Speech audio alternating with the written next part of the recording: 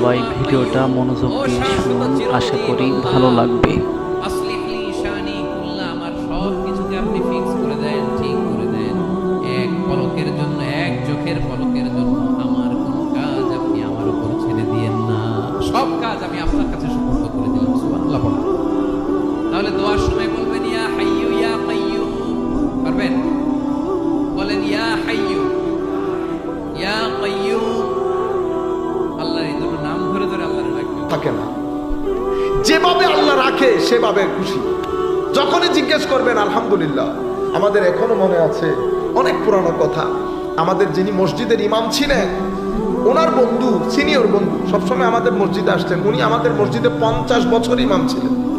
মানে আমার আব্বা যখন ইন্টারমিডিয়েটে পড়তেন তখন আসছেন, মৃত্যুর আগে আগে গেছেন, প্রায় 50, 55, 60 বছর। তো ওনার সময়কালে একজন বড় আলেমের রব্বানি, হাফেজ, বড় আলেম ছিলেন না, হাফেজ ইমাম মসজিদে। তো পরে চাকরি বাকরি ছেড়ে দিয়েছেন। এশকে ইলাহি যখন গালেব হয়ে গেছে তখন চাকরি বাকরি ভালো লাগে না, রাস্তা রাস্তায় হাঁটতেন, যাইতেছেন তো যাইতেছেন, যাইতেছেন তো যাইতেছেন। 2-3 দিন না খেয়ে থাকতেন। তো জিজ্ঞেস করলে হুজুর ঠিক আছে তো খাওয়া দাওয়া করছি? না, তোমার খোদা 2-3 দিন খাওয়াই নাই, তোমার খোদা 2-3 দিন। ও আমরা 2-3 দিন না খাইলে জায়গায় থাকতে পারবো, গ্যাস্ট্রিক বেড়ে যাবে কত কিছু। কিন্তু আপনি শরীর দেখেন, চেহারা দেখেন, নূর দেখেন, চমক ধমক দেখেন, আমাদের চেয়ে অনেক স্মার্ট। আপনারা বুঝতে পারছেন? তো এদের হিসাবের সাথে আমাদের হিসাব ওয়ালা রাব্বিহিম ইয়াতাওয়াক্কালুন, কোনো অভিযোগ নাই।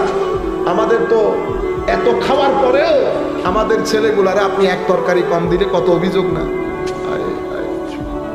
আমাদের ছেলেগুলা যদি জানতো অভিযোগ করত।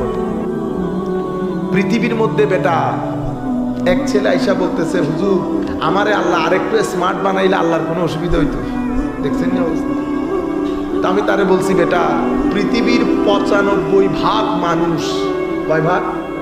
95 ভাগ মানুষ দেখতে এভারেজ। আমরা বলি না এভারেজ? ছেলে কেমন দেখতে গো? 50-50, এমনি এমনি করে মোটামুটি। 95% মানুষ দেখতে মোটামুটি। ভিডিওটা ভালো লাগলে লাইক, কমেন্ট, 5% শেয়ার মানুষ করে দেখতে আমাদের অনেক পাশে স্মার্ট। থাকুন। আপনারা বুঝতে পারছেন? আল্লাহ শুকর করো যে আল্লাহ তোমাকে মোটামুটির মধ্যে বানিয়েছে। আপনারা বুঝতে পেরেছেন? ওয়ালা রাব্বিহিম ইয়াতাওয়াক্কালুন, তাদের জীবনে কোনো অভিযোগ নাই। এরপরে কি করে? ওয়াল্লাযীনা ইউকিমুনাস সালাতা ওয়া মিম্মা রাযাকনাহুম ইউনফিকুন, যারা নামাজ কায়েম করে। আমি এই কথাটা রিপিট করতে চাচ্ছি না, কারণ এটা অনেকবার বলা হয়েছে।